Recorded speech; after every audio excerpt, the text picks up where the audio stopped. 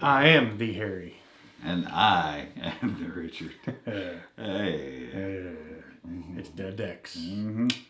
Dead Dex. Yeah, buddy. All right, buddy. Yeah. I can never be very serious. It's hard to do that on our channel. Try. Yeah, we don't ever really want to be truly serious on this channel. Like, what fucking fun is that? The world's serious. We ain't. Yeah. Yeah, if you want something serious, but I don't even know what to watch now. Fuck. I don't know if the news is serious anymore. No, that's a crock of shit. Yeah, I don't know. Breaking Bad? That's kind of serious. Yeah, that whole meth business, that's serious. That's some serious business. Yeah. What's his, Tuco? Tuco? Is it Taco? Taco? It might be Tuco. I think you're Tuco? right. His nemesis for a while. Yeah, he blows him up with the crystal meth bomb. That's serious. That's serious. Anyway. Anyway. Meth bomb. What the fuck are we talking about today? We are talking about the market volatility in these CCG, TCGs. Dead card world specifically. Yeah, yes, that's right. Dead card games. And how, well, volatility. You know what the hell it means. Well, if not, look it up. Google's everywhere. This doesn't include live games, but I mean, it could. I mean, MetaZoo and Flesh and Blood both had parabolic fucking upturns and all that good stuff. But I mean, you're not going to see that with Magic. I mean, that's more of a slow, steady thing. And the dead card world, the reason why that goes crazy is because I don't know. there's not much out there. Supply. It's been dead for fucking 20, 30 years in most cases. You're on a roll. I didn't want to take your thunder. Oh. Well, be my lightning then. I need to sip of coffee in between the bourbon. That's fucking dad joke. Oh, yeah. Well, anyway, I mean, most of the games that we talk about, a lot of them at least, are from the mid-90s. And supply may be there for some. And, with the instance, we had some Dark Age packs open, really, not even the whole box open on Alpha Investments, Rudy's channel. And within a few hours, the entire market was gone for any kind of sealed product. The only thing left out there was one sealed box that was on auction, and then those have been selling $60 to $80 to $100 tops. Is now last check, and we're filming on February something, 2022. Something. Son of a bitch! I did it again. Did it again. February the 6th, I think. I don't know. Let's check. Yep, it's the 6th. So February 6th, 2022. Last time we looked, it was at $220 some, so more than double what the normal price goes for. I'm looking now. Only the best for you all. Holy shit! It's at $260. This includes shipping. $260 shipped. So that's 2.5 what they were going for prior to that video going live. Now, granted, there's only one box out there, so that makes the market very volatile. Yeah, and Rudy mentioned that there was only one box, so that got people a little bit excitable too, I'd say. But 5.5 hours left as of the filming of this, and $260 shipped. That's insane. Yeah, we between the two of us, we own several boxes that we paid significantly less than that for. We've been buying them for several months now. It's not we didn't go out and buy all this shit in hopes that Rudy put this video up and we'd make $1 million fucking dollars from selling our Dark Age boxes. No, we keep that shit. We're not. I'm not trying to flip for an instant $1 million. I mean, you're not going to do that off dead card company. You're just not going. It's not going to happen unless you have. I don't mean a significant position, and you still would have to trickle that out. You couldn't dump it. Yep. You dumped it, you're going to crash the market.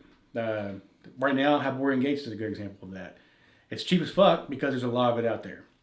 Now, granted, it's not the most sought-after game or a game that a lot of people want to play, but it's cheap because there's a ton of it. Yep. One of the other things that makes it so volatile is often there's not even really a trend. There's no baseline for this stuff. Mm-hmm. There's so little of it. Sometimes it could literally be someone goes out there, they see no sold listings in the past 30. Well, how do you price it? Yeah. There's nothing out there, so they just pick up fucking price. There's stuff that may be worth $30 that somebody's listed for $200. We see that all the time because they just don't know what to list it at. I was going to put in here the Crow CCG is a good example of this. We have some pack openings. If you go back and look in time in our videos, And I convinced Richard to buy these packs because we had just never seen any come up for sale. And there was 9 packs? Yeah, I think it was 9. And he paid roughly 45 shipped for them, I believe, give or take. In that range, yeah. And we just had never seen him before. And I thought, it was like, shit, man. You know, he loves the property and all that. So talked him into buying it, and it's been about a month ago, 6 weeks. Listing popped up for 125, and I sent it to him, and he about shit his fucking pants. He couldn't hit the buy button fast enough. He's going to send him an offer. He's like, fuck it, I ain't saying an offer. I'm just going to go for it. I'm just going to buy this shit. And I come to find out that this place, we can go back and look at our haul. We found a bunch of boxes for cheap. But at the same time, there was 3 different listings for the Crow boxes for sale, and we had never seen more than a handful of packs before. Yeah. All those listings got bought out except for the highest one, which is right now at $295 plus shipping, so probably $310, $315. That's rough. Well, I think that's cheap. I just think the problem is the sticker shock. The other one's selling for half of that. Yeah. Or less. I think if that box had been listed prior to that at $300, very well could have been bought up instantly. It just shows how the market can change on this kind of stuff, and it can fluctuate wildly, from game to game even. Yeah. It's so small. You're talking about so few data points to be a nerdy analyst that, yeah, you got too much variance in there. You really don't. You can't baseline it. You can't predict what's going to happen. So, and you can see that with sellers. They don't know what the price of that. Buyers don't really even know what it's worth, and so I mean, there's certainly money to be gained there because of that reason alone. If you pay attention enough and look around enough, you can find shit that cheap. Some people don't know what they have because it's so obscure, so they undersell the shit out of it. Some people are overselling it because there's none out there, and they think, well, this must be worth $1 million, and it's just all over the damn place. Yep. And you get, Dark Age again is a good example of this. We've been buying it. Our average price is probably $60, $75 in that range per box, and that one we just mentioned, it'll probably end up going around $300 for a single box because it's the only one out there, and all the attention's been poured onto it. Gas on a fire. Yep, but it wasn't worth that yesterday, and probably shouldn't be worth it today. But that's how it goes. But I mean, who knows? We don't know what it's really truly worth because there hasn't been any attention paid to it in 25 years. Yeah. It could be one of those things that catches on, and for whatever reason, I mean, it literally only takes 100 people to dictate one of these kinds of markets. Because if you get enough people that are really truly interested in this kind of stuff, then all the competition comes out, and that drives prices higher. And it doesn't take much to do that in these kinds of markets. You're not going to see that happening in the Magic market. It's just not going to happen. No. Unless you're talking about old stuff, and even then, I mean, you're going to be spending,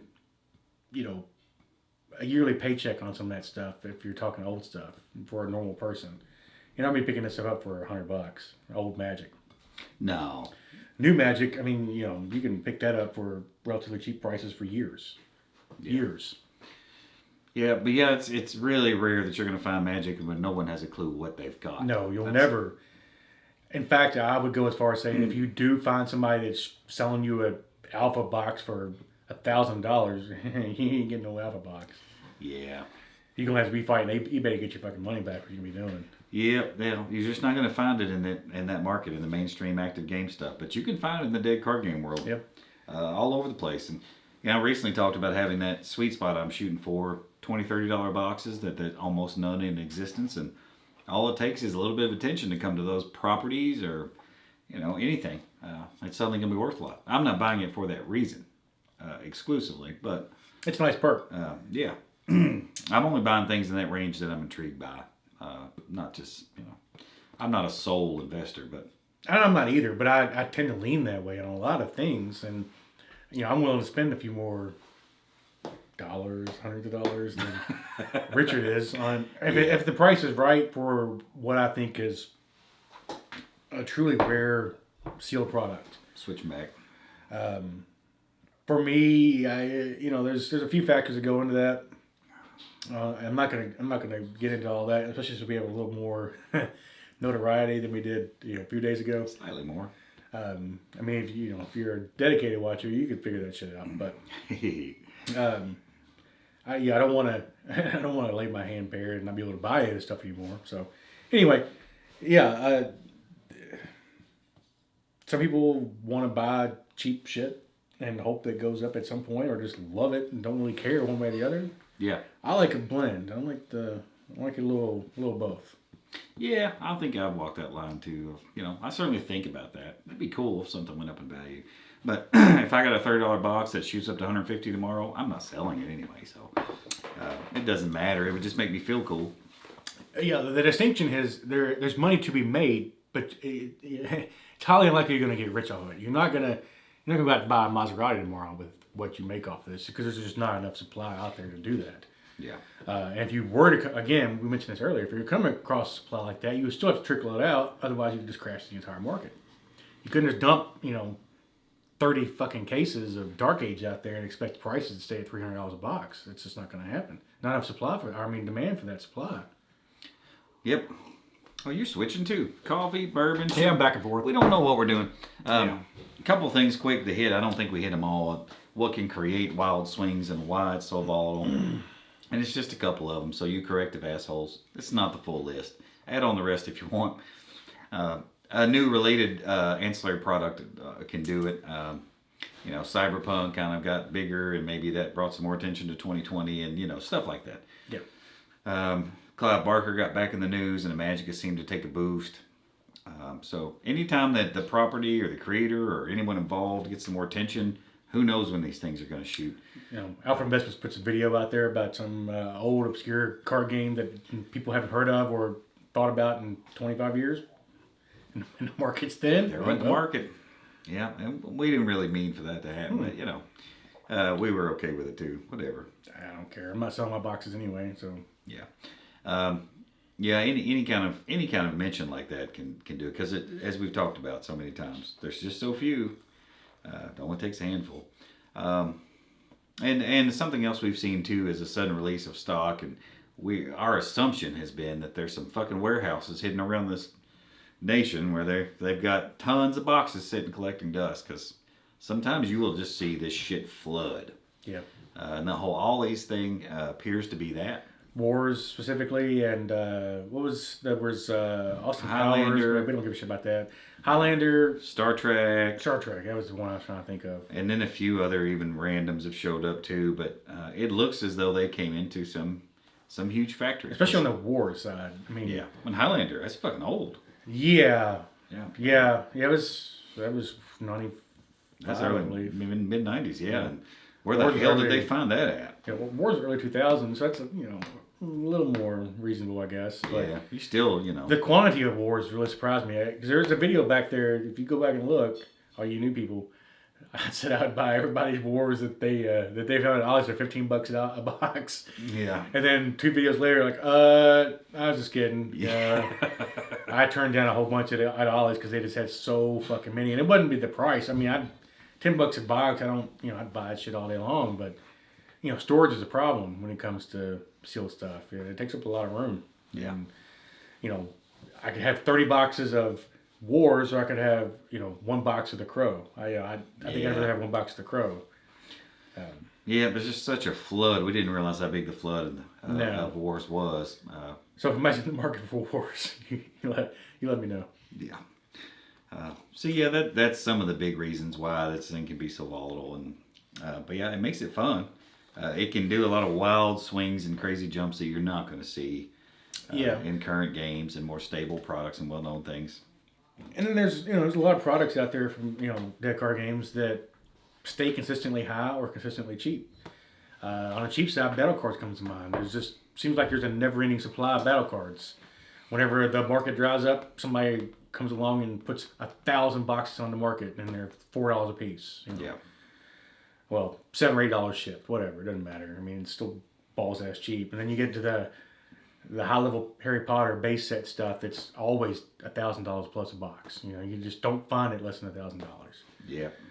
Or some of the Star Wars stuff that consistently hits $1,000. Stuff like that. That's it's always expensive. There's not a lot of fluctuating in those kinds of prices because the baseline has been set, and likely those will either only go higher or lower. Battle cards can go lower because there's just so much of it out there, and nobody really truly cares about it. There's only the chase cards where people care about truly. And on Star Wars, it's just, it's got everything else going for it. Yep. Well, We out of words? we should be. How we do then? Good enough. Yeah, buddy.